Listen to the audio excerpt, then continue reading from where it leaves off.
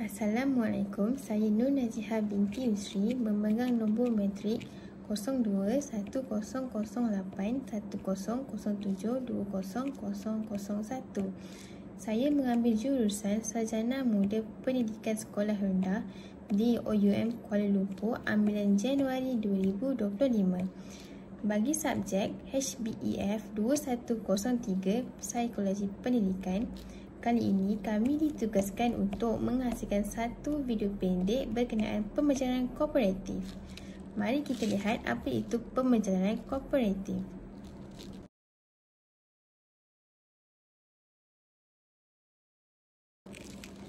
Kooperatif membawa maksud kerjasama, iaitu pembelajaran yang melibatkan pelajar bekerjasama seperti yang pertama, saling bantu-membantu. Yang kedua, berinteraksi. Dan yang ketiga, bertanggungjawab.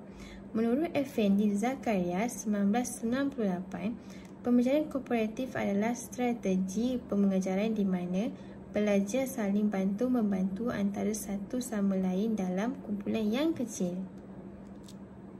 Mari kita lihat.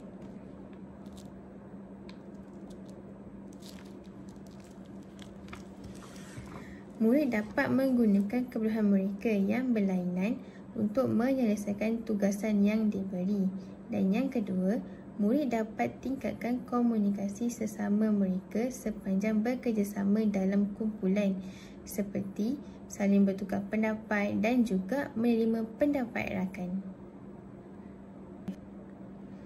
Mari kita lihat contoh video pembelajaran kooperatif. Setiap kumpulan tidak mendapat soalan yang sama. Faham?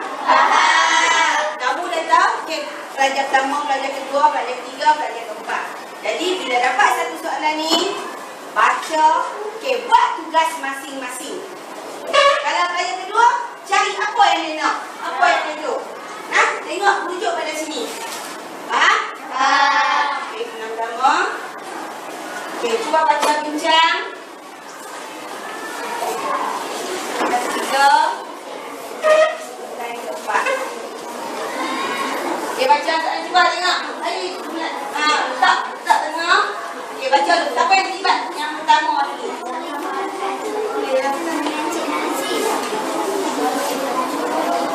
Baca soalan. Boleh garis apa? Garis dengan pensel.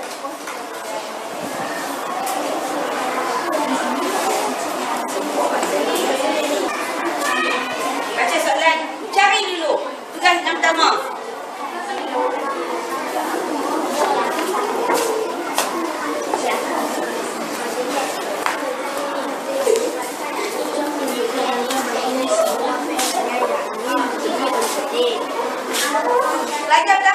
Pelajar pertama dulu cari maklumat. Tulis maklumat dulu.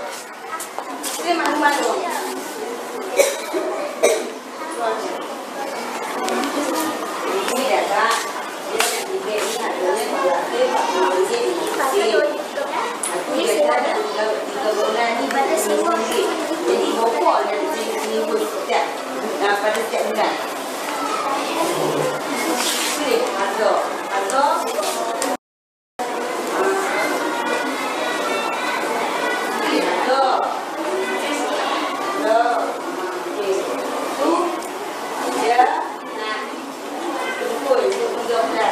Menerusi video tersebut, kita dapat lihat bahawa seorang guru memberikan satu soalan yang sama kepada setiap kumpulan. Yang kedua, guru membuat rondaan di setiap kumpulan bagi memastikan murid-murid dapat menjawab soalan yang diberikan dengan berbincang bersama rakan kumpulan. Yang ketiga, murid kelihatan sedang berbincang sesama sendiri berkenaan soalan yang diberikan bagi memastikan kesemua murid terlibat dalam perbincangan kumpulan. Mari kita lihat teori Lev Vygotsky. Teori Lev Vygotsky merupakan teori pembelajaran yang menggunakan pembelajaran konstruktivisme, iaitu teori sosial.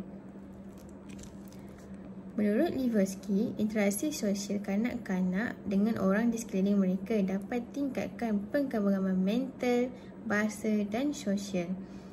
Menurut Vygotsky lagi, bahasa merupakan alat pengantaraan yang penting bagi menyokong perkembangan kognitif kanak-kanak.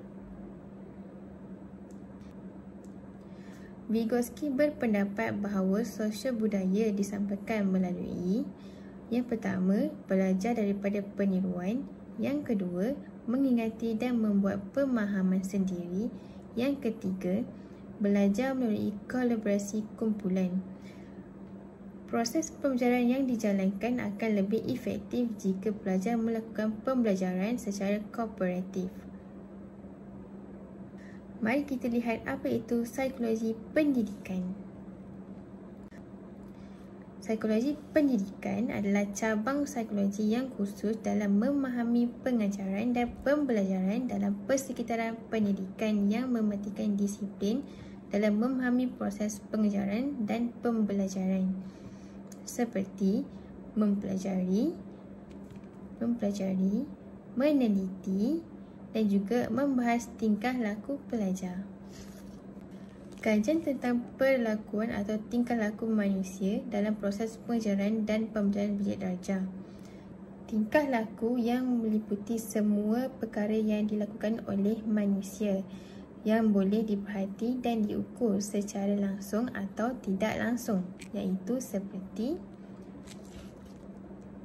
yang pertama, perasaan; yang kedua, sikap; yang ketiga, pemikiran. Mari kita lihat prinsip psikologi pendidikan. Yang pertama, saling kebergantungan secara positif, iaitu kaedah pembelajaran yang memerlukan pelajar dari pelbagai keperluan bekerjasama dalam kumpulan kecil untuk mencapai satu maklumat yang sama. Yang kedua, penglibatan sama rata, iaitu penglibatan sama rata di antara ahli kumpulan boleh dicapai melalui pembahagian atau urutan tugasan. Yang ketiga, accountability individu, iaitu pencapaian kumpulan akan dinilai mengikut sumbangan setiap ahli kumpulan. Apa itu kaedah konstruktivis sosial? Kaedah konstruktivis sosial memberi peluang kepada pelajar untuk mengemukakan pendapat dengan cara dan bahasa yang tersendiri. Yang kedua, memberi kesempatan kepada pelajar untuk berfikir tentang pengalamannya, iaitu dari segi kreatif dan imajinasi. Yang ketiga, memberi peluang kepada pelajar untuk mencuba sesuatu yang baru. Akhir sekali, pengurusan bilik darjah yang cantik, teratur dan kemas adalah berdasarkan ciri-ciri seorang guru dalam mengendalikan bilik darjahnya. Tanpa perancangan pengurusan bilik darjah yang berjaya, tidak akan mampu menarik minat murid untuk belajar dalam suasana yang tidak teratur.